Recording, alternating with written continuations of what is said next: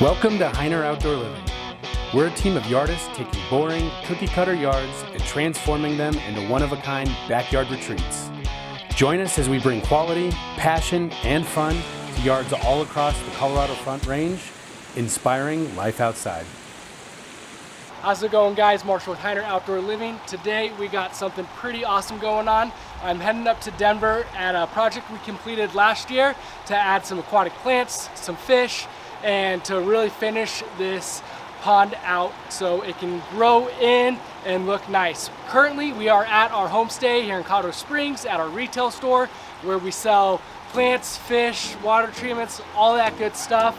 And I got the truck loaded up right now with a bunch of lilies and floating islands, marginals. We got some really nice Kodama koi fish, 8 to 10 inches, beautiful colors, and we are gonna be heading up there now. So let's go ahead and I'll meet you right there. All right, we are here. The first thing we gotta do is get these fish acclimated to their new home.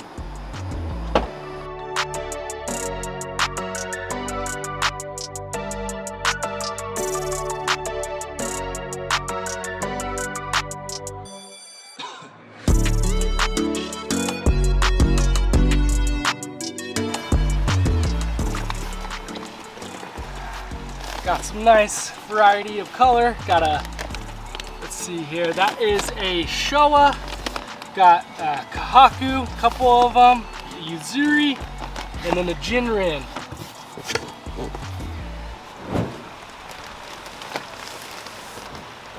So what we want to do is float them in the water for about 10 to 15 minutes to make sure that that water temperature is going to be the same in the bag as the water in the pond, and then we'll make sure to add a little bit of that pond water in there, let them acclimate even more, and then we'll be able to release them into their new home. All right, we got these fish acclimated. Got Olive here. He's about to have some new fish friends.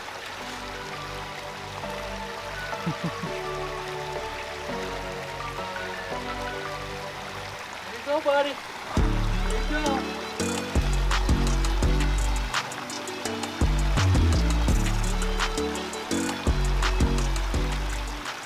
So, koi are a fancy word for carp, and they're actually river fish.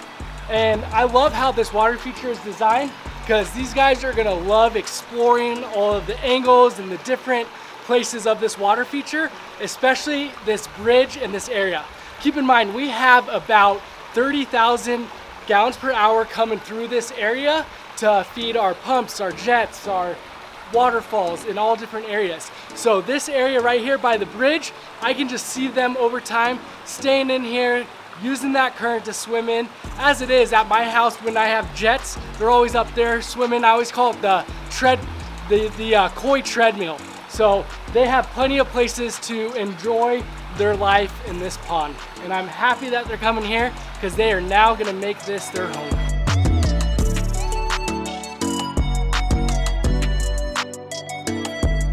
Here at Hiner, how we install our aquatic plants is we first find a good spot for the plant itself, and then we make sure to take the container off of the plant, and you have to put the plant in the gravel itself. So what we do is we remove the gravel, put the plant in, and then cover that dirt up with the gravel again. And that will set it up for success to grow for the years to come. So right here we have the variegated water celery. It prefers a little bit of current, and I am gonna put this one in the stream where it is a little bit faster moving water, and it is gonna take off and really fill in the space over time. So let's go ahead and do that.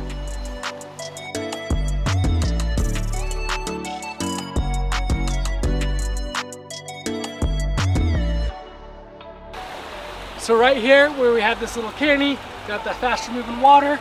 Again, about 6 inches of water. This prefers 6 inches or less, and perfect home for this little plant.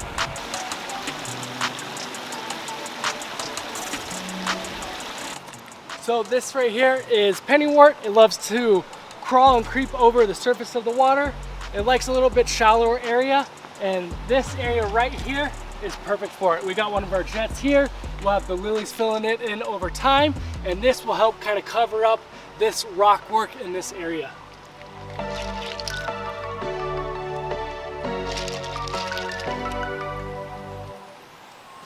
So we got our bulrush. This one you have to be careful with. It can get a little bit aggressive, and I would not suggest it unless you have a bigger water feature. But with that being said, we do have a perfect place for this in this water feature, and it is in our wetland filter. The reason why I like this in here, again, is because the roots go a little bit deeper and it helps filter out the water, and we have enough space here to where it can grow in over time and not detriment the edges of the liner or anything like that.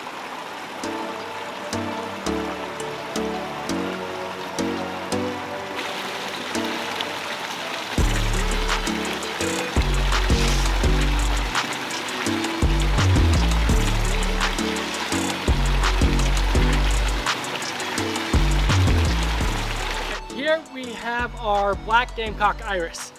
Now, when it comes to iris and water plants, there is a couple things you want to be aware of. Black Gamecock, beautiful purple flower, perfect.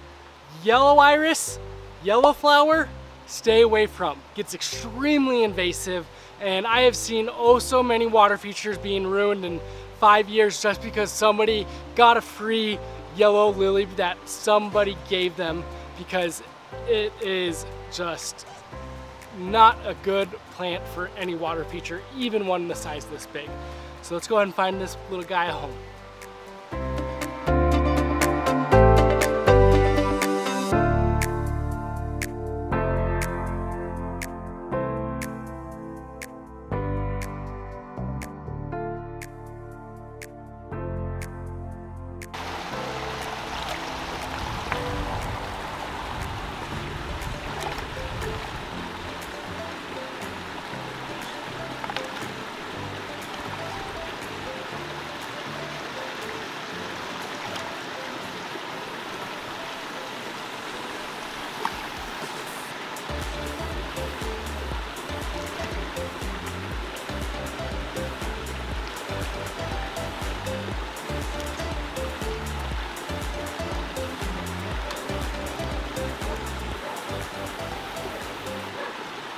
One of my personal favorites, the corkscrew rush. Just plenty of character, and a little quirky like myself.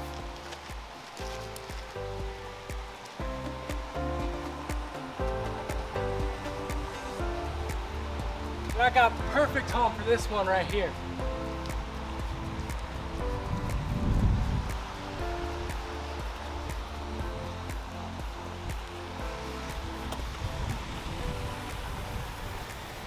Little cranny right here. It'll fill in this area nice and definitely give this edge of the pond a lot of character it deserves.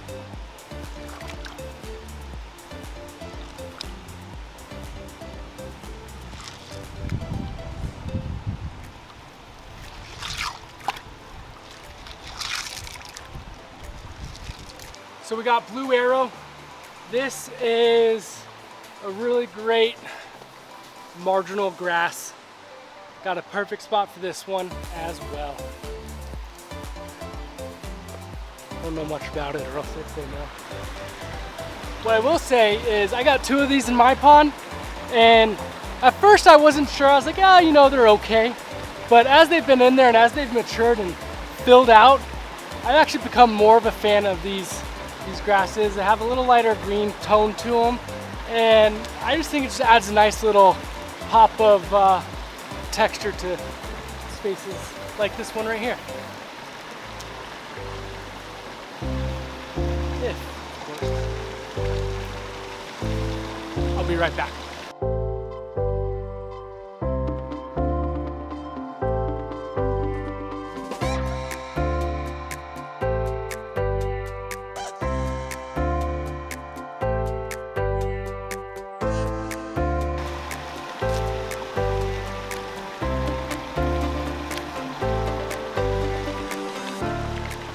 definitely a little rooted in there.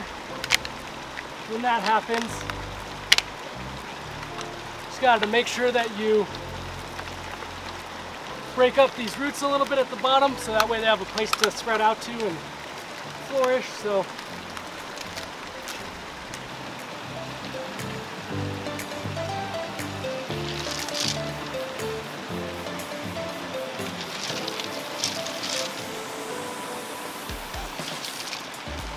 a little fun fact about zebra rush: after a couple years they might lose their stripes. A way to get them back: fertilize them. Fertilizer will bring the stripes back in your zebra rush.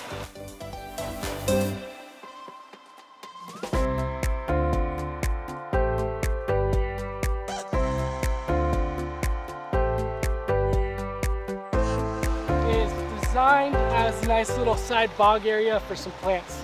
So what I'm going to do is just have fun with some of the rest of my plants with red leaf plantains, cannas, zebra rush, marsh marigolds, and I'm just gonna go ahead and get this place planted up to bring it to life.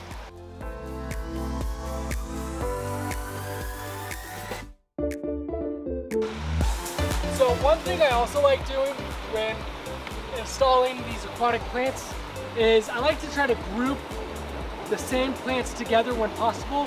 For instance, right here I have my zebra rush, so I got a good space for it here and then here as well, because that way it really naturalizes it, like it's that same natural plant that has been there since the beginning, especially when it fills in. So that is why strategically I'm putting one here and then a couple here as well to really fill in this edge of the water filter. Again, going with groupings of plants going close to the same areas. This is a marsh marigold. I have another one over there. So that's why I'm going to clump one here, and even another one over there.